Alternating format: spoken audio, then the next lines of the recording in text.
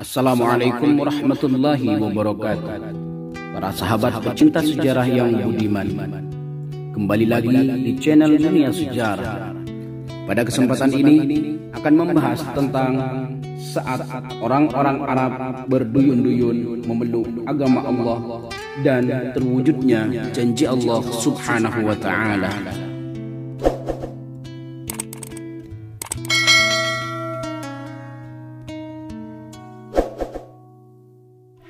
Menjelang datangnya musim haji tahun ke-9 Hijriah, kaum muslimin dan orang-orang musyrik berkumpul di sekeliling Ka'bah untuk melaksanakan manasik haji.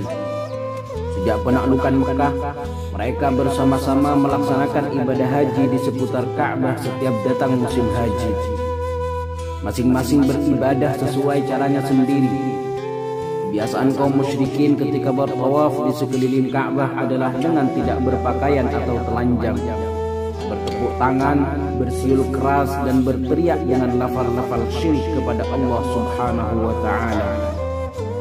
Sedangkan kaum muslimin memuliakan Ka'bah dengan penuh penghormatan, berpakaian tertutup, dan bertalbiyah dengan sopan dan tata cara yang lengkap.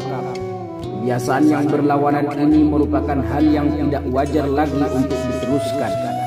Maka turunlah ayat-ayat yang menjelaskan bagaimana sikap kaum muslimin terhadap kaum musyrikin. Inilah pernyataan pemutusan hubungan dari Allah dan Rasul-Nya yang dihadapkan kepada orang-orang musyrikin yang kamu telah mengadakan perjanjian dengan mereka. Maka berjalanlah kamu, hai kaum musyrikin, di muka bumi selama 4 bulan, dan ketahuilah bahwa sesungguhnya kamu tidak akan dapat melemahkan Allah, dan sesungguhnya Allah menghinakan orang-orang kafir. Dan inilah suatu permakluman daripada Allah dan Rasul-Nya kepada umat manusia pada hari haji akbar, bahwa sesungguhnya Allah dan Rasul-Nya berlepas diri dari orang-orang musyrikin. Kemudian jika kamu bertobat, maka bertobat itu lebih baik bagimu. Dan jika kamu berpaling, maka ketahuilah bahwa sesungguhnya kamu tidak dapat melemahkan Allah. Dan beritakanlah kepada orang-orang kafir bahwa mereka akan mendapat siksa yang pedih, kecuali orang-orang musyrikin yang kamu telah mengadakan perjanjian dengan mereka, dan mereka tidak mengurangi sesuatu pun dari isi perjanjianmu, dan tidak pula mereka membantu seseorang yang memusuhi kamu. Maka terhadap mereka itu penuhilah janjinya sampai batas waktunya. Sesungguhnya Allah menyukai orang-orang yang bertakwa. Apabila sudah habis bulan-bulan haram itu, maka bunuhlah orang-orang musyrikin itu di mana saja kamu jumpai mereka, dan tangkaplah mereka, kepunglah mereka, dan intailah di tempat pengintaian. Jika mereka bertobat dan mendirikan salat dan menunaikan zakat, maka berilah kebebasan kepada mereka untuk berjalan. Sesungguhnya Allah Maha Pengampun lagi Maha Penyayang.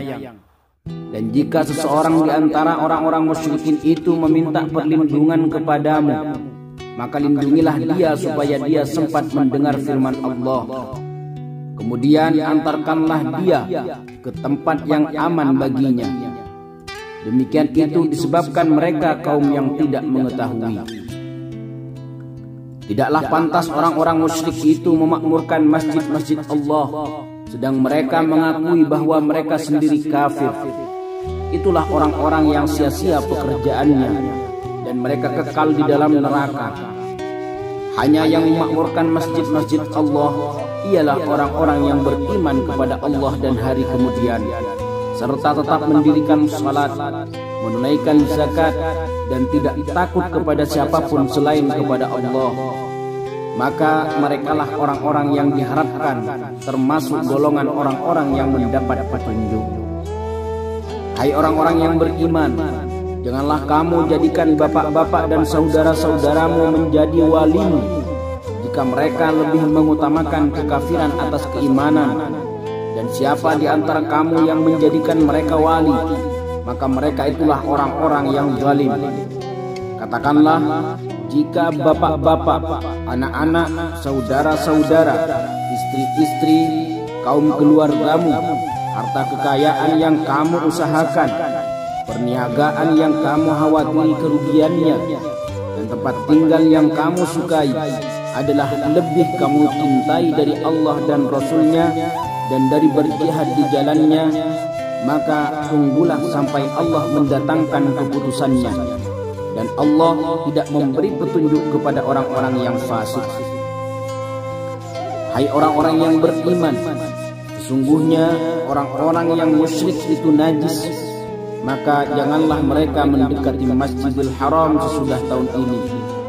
Dan jika kamu khawatir menjadi miskin, maka Allah nanti akan memberimu kekayaan kepadamu dari karunia-Nya jika Dia menghendaki. Sesungguhnya Allah Maha Mengetahui lagi Maha Bijaksana. Demikianlah Allah Subhanahu wa Ta'ala menetapkan perkara antara kaum muslimin dan musyrikin, di mana Allah memisahkan antara Islam dan kemusyrikan dan memberi tenggang waktu kepada orang-orang musyrik selama 4 bulan untuk menentukan sikap mereka. Jika mereka bersedia masuk Islam, mereka akan menjadi saudara seagama. Tetapi jika bersikap keras pada kesyirikan, maka mereka akan menanggung urusan mereka sendiri.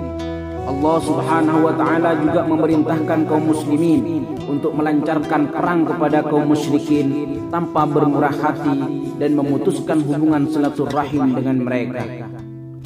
Tidaklah wajar ada 2 agama yang berkumpul di sekeliling Ka'bah, yang satu agama yang menghancurkan berhala dan satunya lagi agama yang menyembah berhala. Allah Subhanahu wa Ta'ala memberikan kekuasaan kepada Muhammad sallallahu alaihi wasallam untuk menyucikan Ka'bah agar manusia menyembah Allah Subhanahu wa Ta'ala semata dan tidak menyekutukannya. Tercapailah tugas yang diembankan Allah Subhanahu wa Ta'ala kepada Nabi Ibrahim alaihi salam ketika membangun Ka'bah melalui Nabi Muhammad sallallahu alaihi wasallam. Dan ingatlah ketika kami memberikan tempat kepada Ibrahim di tempat Baitullah dengan mengatakan, janganlah kamu memperserikatkan sesuatu pun dengan aku, dan sucikanlah rumahku ini bagi orang-orang yang tawaf dan orang-orang yang beribadah dan orang-orang yang rukuk dan sujud. Rasulullah sallallahu alaihi wasallam mengutus Abu Bakar untuk memimpin jemaah haji kaum muslimin. Saat ayat-ayat tersebut turun, Abu Bakar telah berangkat. Beliau lalu mengirim Ali bin Abi Thalib untuk pergi menyusul dengan tugas mengumumkannya kepada orang-orang saat Haji Akbar. Diriwayatkan saat Rasulullah sallallahu alaihi wasallam memanggil Ali, beliau berkata, "Pergilah kamu dengan membawa kisah ini dari surah Al-Bara'ah dan siarkanlah kepada manusia pada hari nahar jika mereka sedang berkumpul di Mina, bahwa orang kafir tidak akan masuk surga dan orang-orang musyrik tidak boleh mengerjakan haji setelah tahun ini, dan orang-orang telanjang tidak boleh tawaf di Baitullah. Barang siapa yang memiliki perjanjian dengan Rasulullah sallallahu alaihi wasallam, maka perjanjian itu berlaku hingga masanya." Ali kemudian berangkat dengan mengendarai unta Rasulullah sallallahu alaihi wasallam hingga bertemu dengan Abu Bakar di jalan. Ketika Abu Bakar melihatnya, dia bertanya, "Apakah engkau diutus untuk memimpin jemaah haji atau ditugaskan menyampaikan sesuatu?" Ali menjawab, "Aku diperintah menyampaikan sesuatu." Pada hari nahar, ketika orang-orang berkumpul, Ali bin Abi Thalib menyampaikan pengumuman, "Hai manusia sekalian, sungguh orang kafir tidak akan masuk surga. Orang-orang musyrik tidak boleh mengerjakan haji setelah tahun ini, dan orang telanjang tidak boleh tawaf di Baitullah. Barang siapa yang memiliki perjanjian dengan Rasulullah, maka perjanjian itu berlaku hingga masanya." Demikianlah Allah Subhanahu wa Ta'ala mengumumkan perang pada orang-orang musyrik, mengultimatum mereka selama 4 bulan dengan peringatan yang jelas, memberi tempo yang cukup bagi mereka yang memiliki perjanjian yang tidak ditentukan masanya, dan memberi batas akhir bagi mereka yang sudah memiliki perjanjian. Pada hakikatnya, peringatan ini ditujukan kepada seluruh orang musyrik di Jazirah Arab tanpa pengecualian, terutama bagi mereka yang menyertai kaum muslimin saat melaksanakan haji dan tawaf. Orang-orang musyrik tidak boleh tinggal di dalam rumah kaum muslimin atau berdampingan dengan mereka di negeri Islam. Tidak ada lagi sesuatu antara kaum muslimin dan musyrikin kecuali berperang hingga mereka sudi memeluk Islam atau terbunuh atau pergi meninggalkan negeri Islam. Sedangkan ahli kitab diperbolehkan tetap tinggal bersama kaum muslimin di negeri mereka dan bergaul dengan kehidupan mereka dengan syarat dapat memberikan rasa aman dan damai serta menjaga hak-hak tetangga. Bagi ahli kitab, mereka akan mendapatkan perlakuan adil dan persamaan dalam hak. Mereka tidak boleh dizalimi, diperlakukan kasar dan didiskriminasi. Bahkan sampai perkara jizyah mereka hanya dibebankan jika mereka sanggup. Pada dasarnya ahli kitab berada dalam perlindungan kaum muslimin. Karena itulah disebut ahlul dhimmah. Adapun kewajiban ahli kitab adalah tidak boleh memusuhi kaum muslimin, menolong musuh mereka atau mengkhianati mereka. Nabi Muhammad SAW tidak meminta dari ahli kitab untuk memeluk Islam dan tidak diwajibkan pula bagi mereka tenggang waktu. Adapun orang-orang musyrik, mereka memahami bahwa waktu tidak lagi berpihak kepada mereka. Mereka punya waktu 4 bulan untuk mengambil sikap. Sebentar lagi tenggang waktu akan berakhir, yang berarti hilang pula wujud kesyirikan secara menyeluruh. Eksistensi syirik ini bukan hanya berkaitan dengan berhala saja, tetapi juga eksistensi ekonominya, masyarakatnya, dan politiknya. Orang-orang musyrik telah mengakar hidup berniaga dengan riba. Maka cara hidup seperti ini haruslah berakhir di hadapan cahaya petunjuk yang hak, sampai orang-orang musyrik tak dapat hidup kembali di bumi Islam. Sejak pengumuman itu, kabilah-kabilah Arab yang masih menganut ajaran syirik segera memeluk Islam. Kabilah pertama yang melakukannya adalah kabilah Thaqif. Sepulang Rasulullah dari perang Tabuk, utusan dari Thaqif yang dipimpin Urwah bin Mas'ud langsung datang menghadap beliau. Rasulullah berjumpa dengannya sebelum tiba di Madinah. Setelah menyatakan masuk Islam, Urwah meminta izin kepada beliau hendak kembali dan mengajak kaumnya memeluk Islam. Rasulullah SAW berkata, sesungguhnya mereka akan membunuhmu. Urwah berkata, tidak, wahai Rasulullah, mereka sangat suka dan sayang kepadaku melebihi anak-anak gadis mereka. Urwah lalu kembali dan menyeru kaumnya untuk berislam, tetapi kaumnya menyerangnya dengan anak panah hingga dia terbunuh. Bani Thaqif segera mempersiapkan diri untuk menghadapi pembalasan dari kaum muslimin. Namun setelah beberapa bulan mereka sadar tidak akan mampu bertahan melawan Muhammad SAW, di mana sebagian besar orang Arab telah berikrar memeluk agamanya. Mereka yang tengah diliputi rasa cemas dan takut lalu mengirim sejumlah tokoh Bani Thaqif yang dipimpin Abdul Jala'il menemui Muhammad. Abdul Jala'il ini adalah orang yang dimintai tolong dahulu oleh Nabi Muhammad SAW saat di Taif, di mana Abdul Jala'il merendahkan dan mengusir beliau. Demikianlah hari-hari berganti. Kini Abdul Jala'il yang datang menghadap Rasulullah SAW. Ketika para utusan Bani Thaqif menemui Rasulullah SAW, mereka menyatakan masuk Islam, tetapi mereka meminta beliau untuk membiarkan berhala mereka Lata selama 3 tahun. Rasulullah SAW menolak permintaan tersebut. Mereka kembali meminta agar dibolehkan memuja Lata selama 1 tahun, lalu sebulan dan seterusnya. Namun Rasulullah SAW tetap menolaknya. Beliau memerintahkan Abu Sufyan dan Mughirah bin Syu'bah untuk menghancurkan berhala Lata. Utusan Bani Thaqif juga meminta Nabi SAW agar dibebaskan dari kewajiban salat dan agar dibebaskan menghancurkan berhala mereka oleh tangan mereka sendiri. Rasulullah SAW berkata kepada mereka, adapun penghancuran berhala kalian tidak perlu melakukannya sendiri. Sedangkan perkara salat, maka sesungguhnya tidak ada kebaikan dalam agama jika tidak ada salat di dalamnya. Beliau lalu mengangkat Utsman bin Abi As sebagai pemimpin di antara para utusan Bani Thaqif. Nabi SAW berpesan kepadanya, "Hai Utsman, singkatlah dalam melaksanakan sholat dan ukurlah orang-orang paling lemah di antara mereka, sebab di antara mereka terdapat orang tua, anak-anak, dan yang punya keperluan." Selepas pengumuman tenggang waktu 4 bulan, datanglah ke Madinah utusan-utusan dari kaum musyrikin maupun ahli kitab. Orang-orang musyrik berikrar masuk Islam. Dengan demikian mereka menjadi saudara seagama. Begitu pula sebagian ahli kitab yang rela memeluk Islam. Adapun ahli kitab lainnya, mereka tetap pada keyakinan mereka dan memilih masuk dalam perlindungan dan jaminan keamanan dari kaum muslimin dengan kewajiban membayar jizyah. Rasulullah SAW menyambut para utusan di sebuah ruang penyambutan tamu di Madinah. Di sana beliau menjelaskan kepada mereka ajaran-ajaran Islam, lalu menyerahkan kepada mereka untuk membuat pilihan. Jika bersedia masuk Islam, beliau akan membaiat keislamannya dan membiarkan tanah dan negerinya pada mereka semula. Lalu mengangkat seorang pemimpin dari mereka.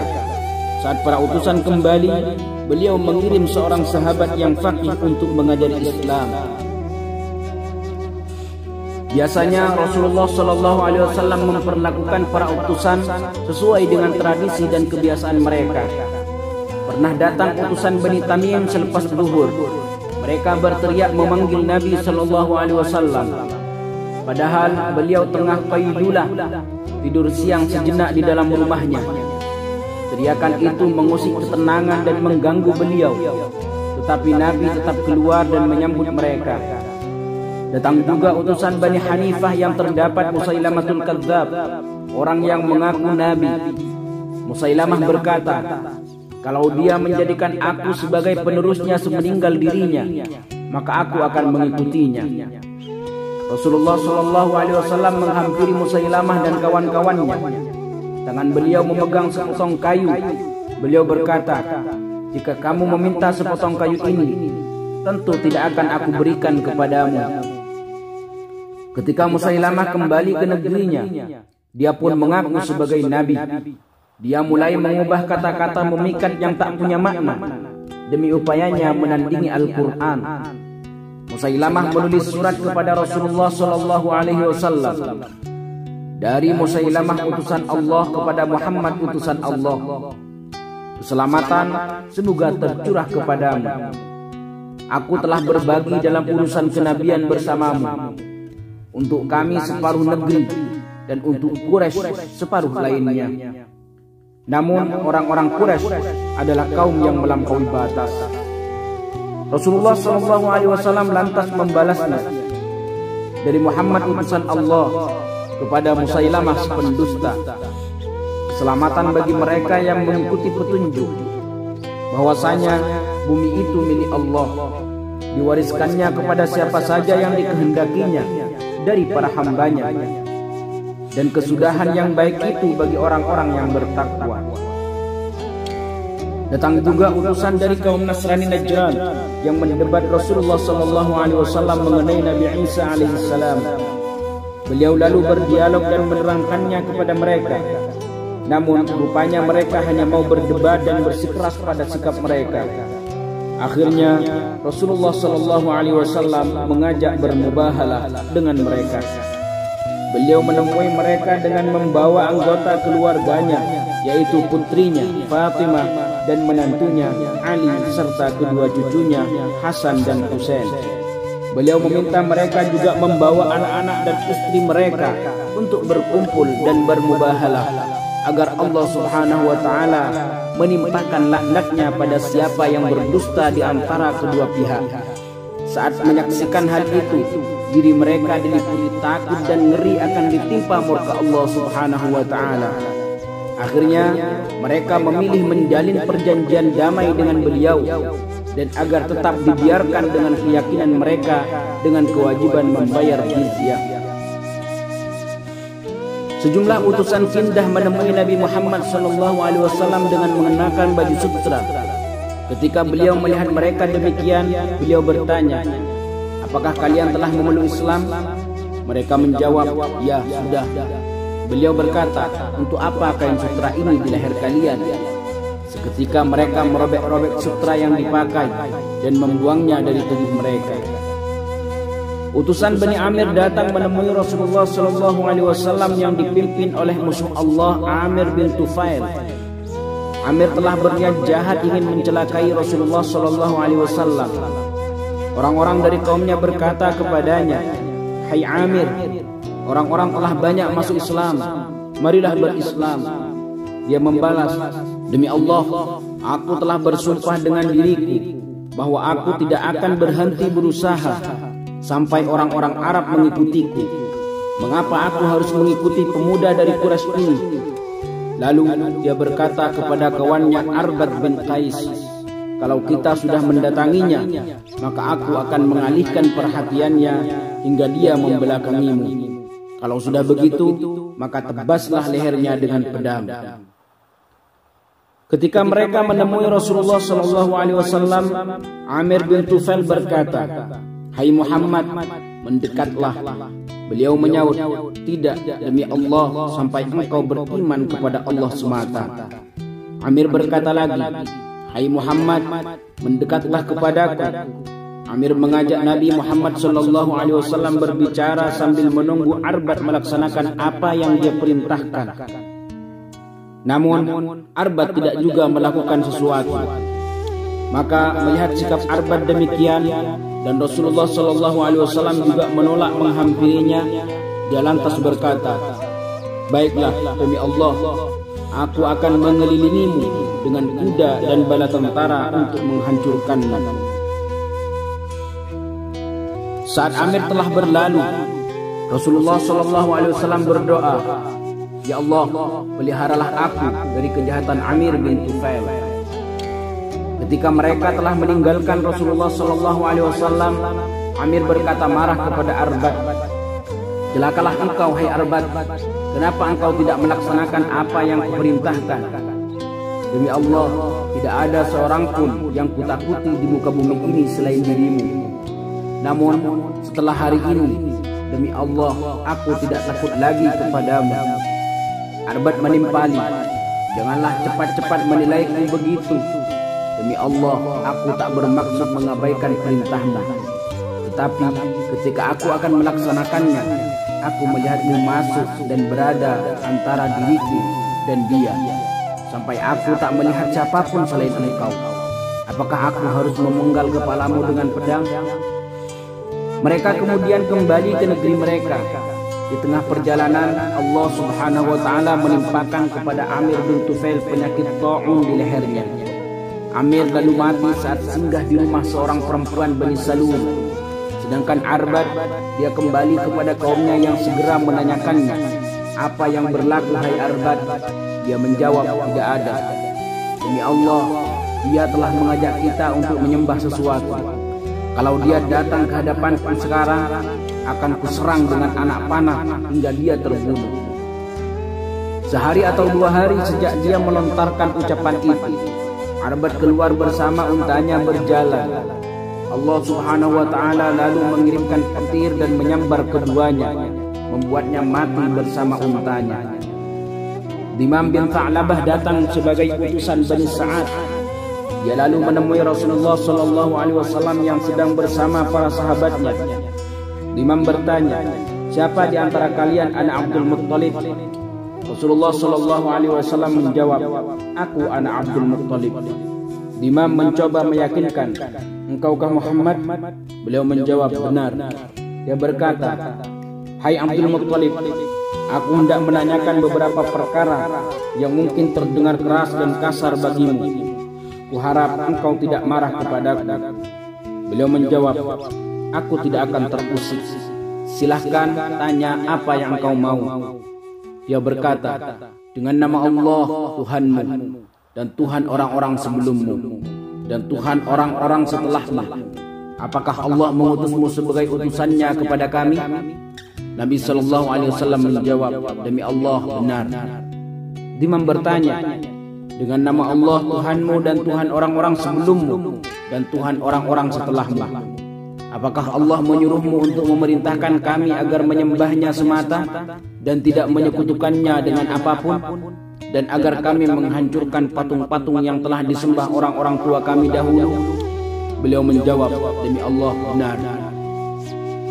Imam bertanya lagi, dengan nama Allah Tuhanmu dan Tuhan orang-orang sebelummu dan Tuhan orang-orang setelahmu, apakah Allah menyuruhmu agar kami mengerjakan sholat wajib 5 waktu? Beliau menjawab, demi Allah benar. Kemudian imam terus bertanya tentang kewajiban-kewajiban dalam agama Islam. Lalu setelah selesai bertanya, dia berikrar, sungguh aku bersaksi tiada Tuhan selain Allah dan bahwa Muhammad adalah utusan Allah. Aku akan melaksanakan semua kewajiban ini, menjauhi apa-apa yang engkau larang, dan aku tidak akan menambahi atau menguranginya. Selanjutnya imam pun pulang. Rasulullah SAW bersabda, jika dia berlaku benar, maka orang yang punya 2 puncir di rambutnya itu akan masuk surga. Ketika imam kembali kepada kaumnya, dia mencela Lata dan Uzza. Kaumnya berkata kepadanya, celakalah engkau hai imam, takutlah engkau akan tertimpa sakit kusta, lepra dan sakit gila. Dia membalas, betapa buruk kalian. Ketahuilah, kedua berhala itu tidak dapat membahayakan dan memberi manfaat. Sungguh Allah telah mengutus seorang Rasul dan menurunkan kepadanya sebuah kitab yang dengannya akan menyelamatkan kalian dari keadaan kalian sekarang. Sungguh aku bersaksi bahwa tiada Tuhan selain Allah dan tiada pula yang menyekutukannya, dan bahwa Muhammad adalah hambanya dan utusannya. Ketahuilah, aku telah datang membawa perintah-perintah yang akan kusampaikan kepada kalian dan juga larangan-larangannya. Selanjutnya, seluruh kaumnya pun memeluk Islam. Adapun Adi bin Hatim At-Ta'i sebelumnya adalah seorang Nasrani. Tadinya dia merupakan orang yang paling membenci Rasulullah SAW. Adi sendiri adalah orang yang sangat disegani di kalangan kaumnya di negeri Syam. Ketika tentara Muhammad SAW bergerak menghampirinya, dia kabur ke negeri Syam, sementara saudarinya tertawan. Kaum muslimin lalu membawa saudari Adi bin Hatim ke Madinah dan ditahan di ruangan dekat pintu masjid. Ketika Rasulullah SAW melewatinya, saudari Adi segera berdiri dan berkata, wahai Rasulullah, telah meninggal seorang ayah dan telah pergi seorang utusan. Berikanlah kepadaku apa yang Allah telah berikan kepadamu.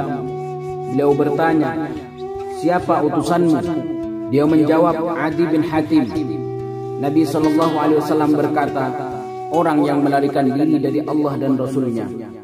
Rasulullah SAW lalu berlalu meninggalkannya. Keesokan harinya, saat Nabi SAW melewatinya, saudari Adi berkata seperti hari sebelumnya. Rasulullah SAW membalasnya, aku telah membebaskanmu. Namun janganlah engkau tergesa-gesa ingin pulang, sampai aku menemukan salah seorang dari kaummu yang dapat dipercaya untuk mengantarkanmu pulang ke negerimu. Nanti akan tiba saatnya. Ketika rombongan kaumnya tiba, dia mendatangi Rasulullah SAW dan berkata, wahai Rasulullah, ada orang-orang yang datang dari kaumku dan aku mempercayai mereka. Izinkanlah aku pergi menemui saudaraku Adi di Syam. Rasulullah SAW lalu memberinya pakaian, menanggung biaya perjalanannya, dan memberinya bekal. Saudari Adi itu pun tiba di Syam. Ketika melihat saudaranya Adi, dia berkata, hai orang yang memutus persaudaraan dan yang zalim, engkau kabur dengan istri dan anak-anakmu, lalu engkau biarkan dan tinggalkan saudarimu sendirian. Adi berkata kepadanya, oh saudariku, memang benar apa yang engkau ucapkan. Demi Allah, aku tak punya alasan atas perbuatanku yang engkau sebutkan. Ketika saudarinya mengisahkan bagaimana baiknya perlakuan Nabi SAW terhadapnya, Adi lalu memutuskan ingin pergi sendiri menemui Muhammad SAW. Adi lantas mengisahkan dirinya, aku benar-benar mau tahu apakah dia seorang raja atau nabi. Aku pun berangkat menemui Rasulullah Shallallahu Alaihi Wasallam di Madinah dan menemuinya di dalam masjidnya, lalu mengucapkan salam kepadanya. Beliau bertanya, siapa laki-laki ini? Aku jawab, Adi bin Hatim. Selanjutnya beliau bangkit berdiri, lalu berangkat bersamaku ke rumah beliau. Demi Allah, saat beliau menuntunku ke rumahnya, beliau berjumpa seorang perempuan tua yang lemah, sehingga beliau pun berhenti. Perempuan tua itu cukup lama mengemukakan keperluannya kepada beliau. Melihat itu, aku berkata dalam hatiku, demi Allah, tentunya ini bukan perbuatan seorang raja. Selanjutnya Rasulullah SAW mengantarku hingga sampai rumah beliau. Lalu beliau segera masuk. Kemudian beliau membawa kasur yang terbuat dari serat kasar dan membentangkannya di hadapanku, seraya berkata, duduklah di atas ini. Aku jawab, bahkan engkaulah yang lebih pantas duduk di atasnya. Beliau berkata, bukan, engkaulah yang lebih pantas. Aku lalu duduk di atas kasur dan beliau duduk di lantai. Aku berkata dalam hati bahwa sudah tentu ini bukan perbuatan seorang raja. Beliau lalu berkata, di mana posisimu, hai Adi bin Hatim? Bukankah engkau penganut buku Syiah? Aku jawab, ya benar. Beliau berkata, bukankah engkau mengambil seperempat harta rampasan yang diperoleh kaummu? Aku jawab, ya benar. Beliau berkata, padahal hal itu tidak dibolehkan dalam agamamu. Aku jawab, ya benar. Sungguh seketika itu aku tahu bahwa beliau adalah nabi yang diutus Allah Subhanahu wa taala, karena beliau dapat memahami hal-hal yang belum beliau saksikan. Kemudian beliau bersabda, hai Adi, sepertinya engkau enggan memeluk agama ini karena engkau melihat pemeluknya serba kekurangan.